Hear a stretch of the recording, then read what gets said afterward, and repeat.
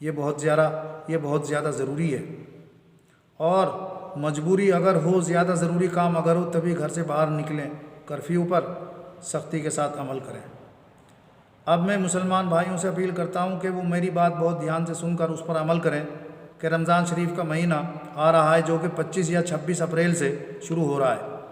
آپ اس مہینے میں روزہ رکھیں اور اپنے اپنے گھروں میں رہ کر ہی 5 نمازیں اور تراویح اور افطار اور سحری کا اہتمام اپنے اپنے گھروں کے اندر کریں، قرآن پاک کی پابندی سے تلاوت کریں، اور افطار کا وقت دعا کی قبولیت کا وقت ہوتا ہے۔ اس وقت خدا سے حضوری قلب سے دعا کریں، اپنے گناہوں کی معافی مانگیں، اور اس نعمت بیماری کو نعمت صحت میں تبدیل کرنے کے لیے پوری امت کی حفاظت اور انسانیت کی فلاح ترقی کے لیے اللہ کے حضور دعا کریں۔ یہ مقام عبرت ہے، یہ وقت مقام عبرت ہے۔ اپنی بدعمالیوں کے سبب ایسے حالات آج ہم لوگوں کو دیکھنے کو ملے۔ اپنے اعمال میں سدھار پیدا کریں، خدا کا خوف پیدا کریں، اپنے مالک حقیقی اللہ کی طرف رجوع کریں۔ یہی موجودہ حالات کا حل ہے۔